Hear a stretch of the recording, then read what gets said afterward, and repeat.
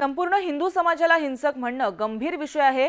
राहुल गांधींनी हिंदूंचा अपमान केलाय असं प्रत्युत्तर पंतप्रधान नरेंद्र मोदी यांनी दिलंय।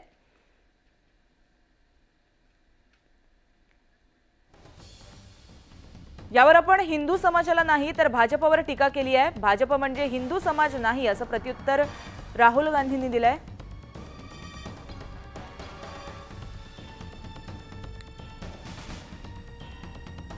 तर राष्ट्रपतींच्या अभिभाषणावरील आभार प्रस्तावावरती चर्चेदरम्यान लोकसभेत सोमवारी जोरदार खडाजंगी झाली।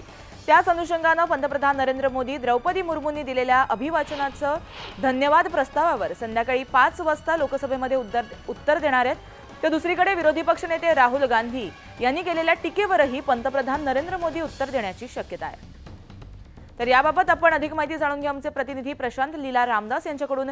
प्रशांत, आपण पाहिलं लोकसभेमध्ये मोठ्या प्रमाणात विरोधक आणि सत्ताधाऱ्यांमध्ये खडाजंगी उडालेली दिसली। राहुल गांधींच्या वक्तव्यामुळे मोठ्या प्रमाणात गदारोळ झालेला आहे, काय सांगाल?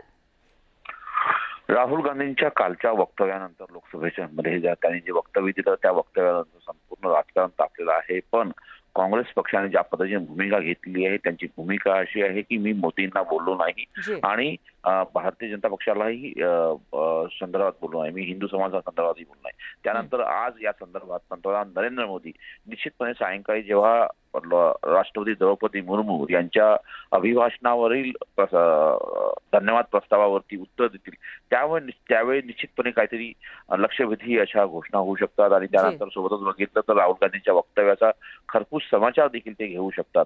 पण महत्वाचं म्हणजे काँग्रेसची जी भूमिका आहे त्या भूमिकेनंतर आज पुन्हा एकदा विरोधी पक्ष सभागृहात आंदोलन करण्याची शक्यता आहे। बर, नक्कीच प्रशांत, धन्यवाद तुम्ही